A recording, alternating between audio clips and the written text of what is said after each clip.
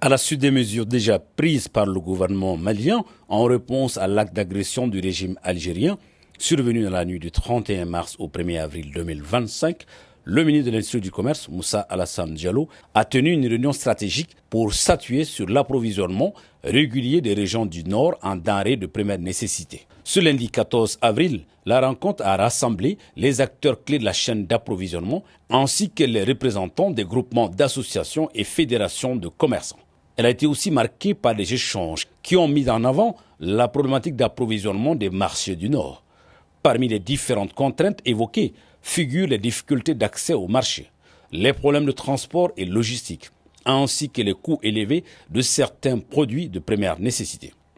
Exprimant l'engagement du gouvernement à trouver des solutions durables aux problèmes posés, le ministre Diallo a annoncé la mise en place d'un plan d'action concret pour garantir un approvisionnement correct des régions ciblées. Je dois rappeler que dans la nuit du 31 mars au 1er avril 2025, le régime algérien a procédé à la destruction d'un drone des forces armées et de sécurité de la République du Mali. Le Mali considère cet acte irresponsable comme un acte d'agression contre notre pays. Et c'est pourquoi nous avons jugé aussi que cet acte d'agression n'a d'autre justification, d'autre raison que de procéder à la protection et de porter un soutien au terrorisme dans la zone sahélienne. Et c'est pourquoi le gouvernement de transition, sous la supervision de son Excellence le général d'armée Assimi Goïta, a pris 3 décisions. La première décision a été de rappeler l'ambassadeur du Mali en poste à Alger pour consultation. Et la deuxième décision a été de nous retirer immédiatement du comité des états-majors. Et enfin, la troisième décision a été de porter plainte devant les instances internationales contre le régime algérien.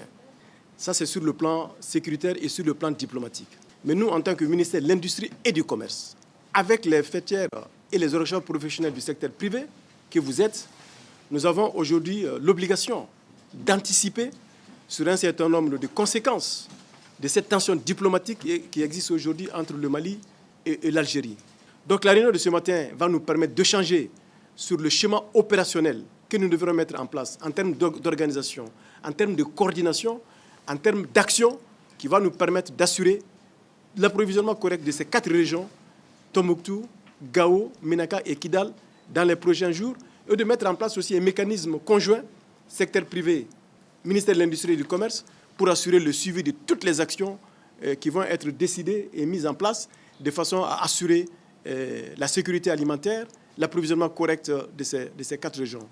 Pour les opérateurs économiques, cette rencontre est un signal fort qui démontre l'engagement de l'État à répondre aux besoins des populations maliennes où qu'elles se trouvent. Aujourd'hui, il faut le dire, nous avons un petit bruit avec notre voisin qui est l'Algérie. Et ce n'est pas la première fois que chaque fois que des situations comme ça se présentent, automatiquement, qu'est-ce qu'on constate? C'est des fermetures des frontières, c'est des manques d'approvisionnement des régions du Nord en denrées de première nécessité et aussi du carburant. Aujourd'hui, on est dans cette situation. Nous l'avons vécu récemment en 2023. Donc aujourd'hui, comprenez que dans les régions du Nord aujourd'hui, nous sommes en train de développer tout un système pour que nous puissions sortir du joug des pays voisins. C'est le lieu de remercier les autorités et remercier le ministre de l'Industrie et du Commerce pour pouvoir provoquer cette réunion. Donc il faut qu'on trouve un système très rapide d'approvisionner nos régions du Nord à partir de l'intérieur.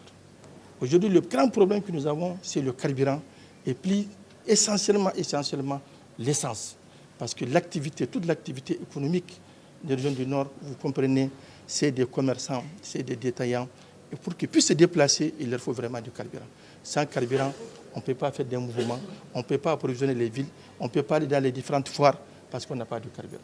Aujourd'hui, le prix du carburant a grimpé et ça commence même à y manquer. Cette fois-ci, il faut qu'on soit décidé que même si les gens vont revenir, il faut qu'il y ait des taxes très fortes pour décourager les gens qui sont en train de faire la concurrence déloyale. Que les services des douanes, que les services de la Direction générale du commerce et de la concurrence puissent prendre le bras au corps afin que nous puissions imposer notre propre système. C'est de là que nous allons partir en avant. En raison de sa grande portée, la présente réunion stratégique salué à juste titre par le secteur privé, marque une avancée majeure dans la lutte contre l'insécurité alimentaire et la promotion du développement économique dans les régions nord du Mali.